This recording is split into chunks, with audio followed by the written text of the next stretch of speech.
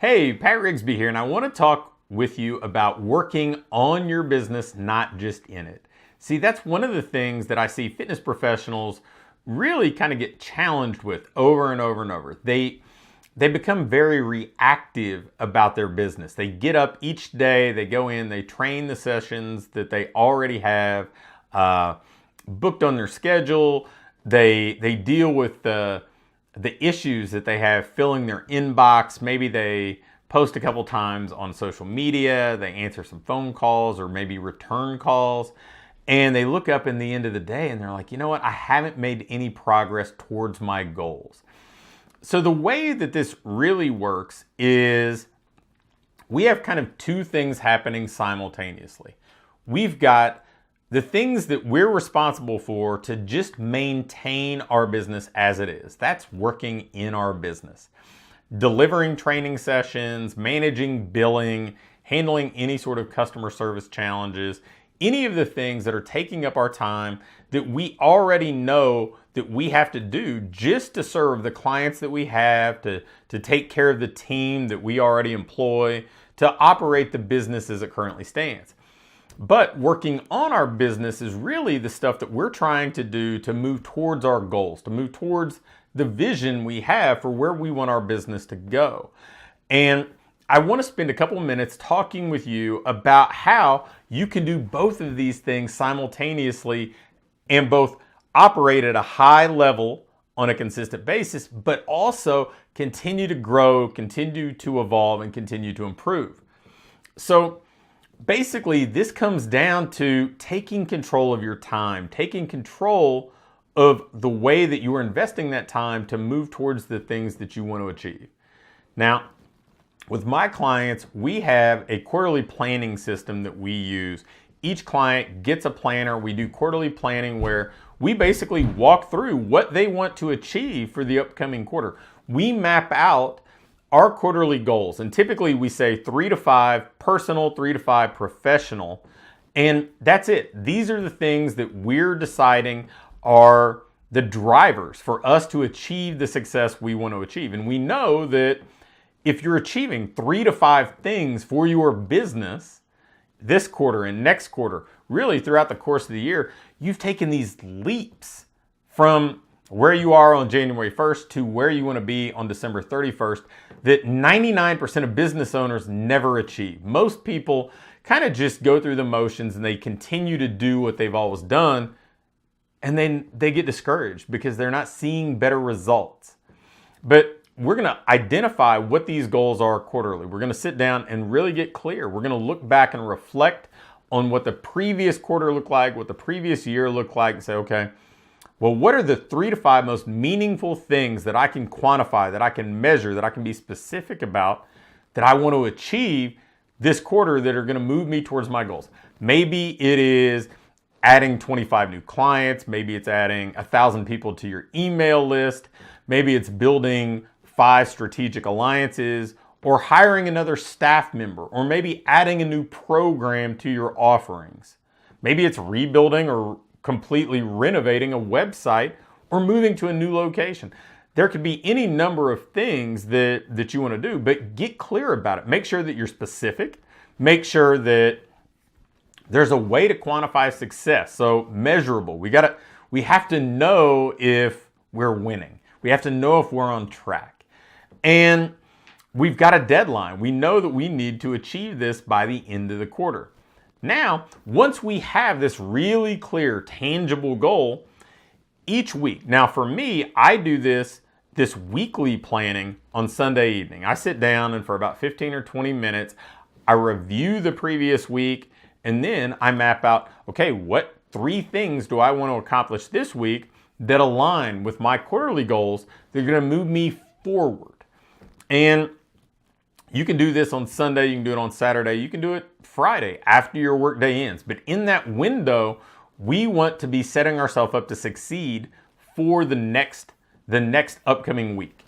Now, when we're doing this, we have to be realistic. And this is where I think a lot of people struggle. They may set out goals, but they're not realistic about them. They're not realistic about what they can accomplish because they don't really get clear about the time they have available.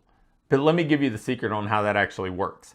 So what you do when you're mapping this out, you begin by filling in the things that you're already responsible for, that maintenance stuff. So let's say that throughout the week, you're training 4 sessions a day. Well, you go ahead and block those in on the calendar already. Then you block in the time that you're going to spend on operational or administrative stuff. Block it in already.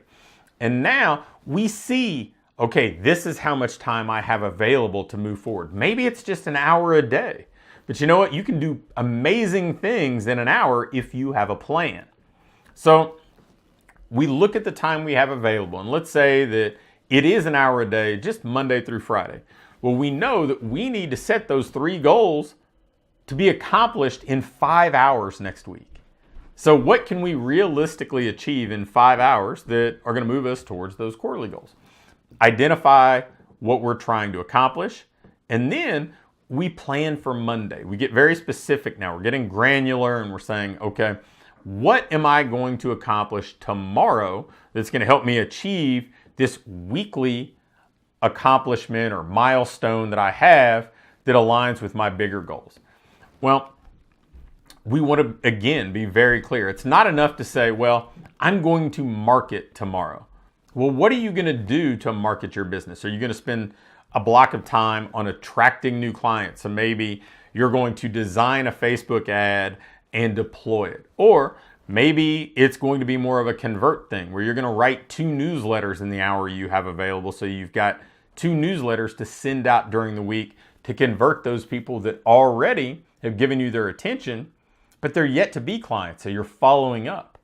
We want to get really specific about what that looks like. And in fact, we want to prepare as much as we can for the next day. So we don't spend the first hour, well, the first half of that hour going through saying, well, okay, I'm going to write today. What am I going to write about? Or I'm going to do an ad, but I don't know what my offer is going to be. I don't know what I'm going to do when it comes to finding an image or should I film a video? We're going to go ahead and outline some of that stuff so that when that hour starts on Monday, we hit the ground running. We are moving full steam ahead and we are using that hour to really move our business forward because we have clarity about what we're doing today and how it aligns with where we want to go overall. Now, if we do this, it just stacks up. The wins accrue. And what's great about this, when we break this down to planning on Sunday for our upcoming Monday, we're going to say, hey, here are the 3 to 5 things I want to accomplish tomorrow. And I'm talking about 3 to 5 personally and professionally.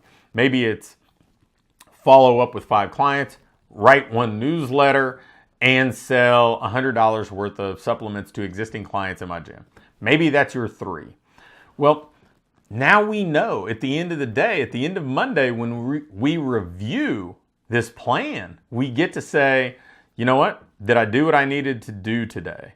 And if so, I won the day. I can check this off and I know that I moved towards my goals. And so I get that sense of accomplishment. I get to know that I'm making progress. I'm not just treading water. Plus, I get to learn from what worked today and use that as I plan Monday evening to set myself up to succeed on Tuesday. Now, the reason this works so well is it's the same stuff that you're doing with your current clients right now, right? We assess where they're trying to go. We learn about their goals and then we do an assessment to see where they are today so we can develop a plan that serves as the bridge to go from that current state to that desired state. And then we break it down like this is what we're going to do in our training session today. And we're not just walking in and winging it. We're not guessing.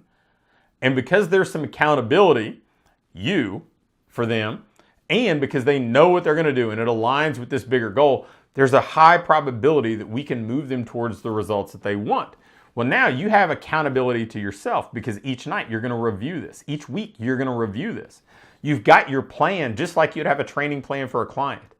You've got your bigger vision that you're mapping out each quarter, just like that assessment where we're trying to identify where they are and where they want to be. So it all lines up with the exact same thing that you're doing with your clients, but now you're going to turn this plan back to reflect on you, to basically use the same things that you know work to achieve goals and you're going to use it to achieve your goals. So if you want to work on your business and not just in your business, embrace the fact that you need to take personal responsibility. You need to take responsibility for being a producer and moving towards these goals with a quarterly, weekly, daily goal planning session, and really use the things that are proven, the things that you're using to help your clients achieve results. Use those same things to help you achieve results, and you'll do just fine. Thanks for watching. If you click the first link in either the description or the link in the pinned comment, you can get my latest book, The Ideal Business Formula, for free. And if you like this video, hit the thumbs up button for me. If you have any questions or comments or video requests, leave me a comment below and I'll respond. And lastly, make sure to hit the subscribe button. I'm posting videos at least twice a week now, and if you turn on your notification bell, you'll be sure to get them all.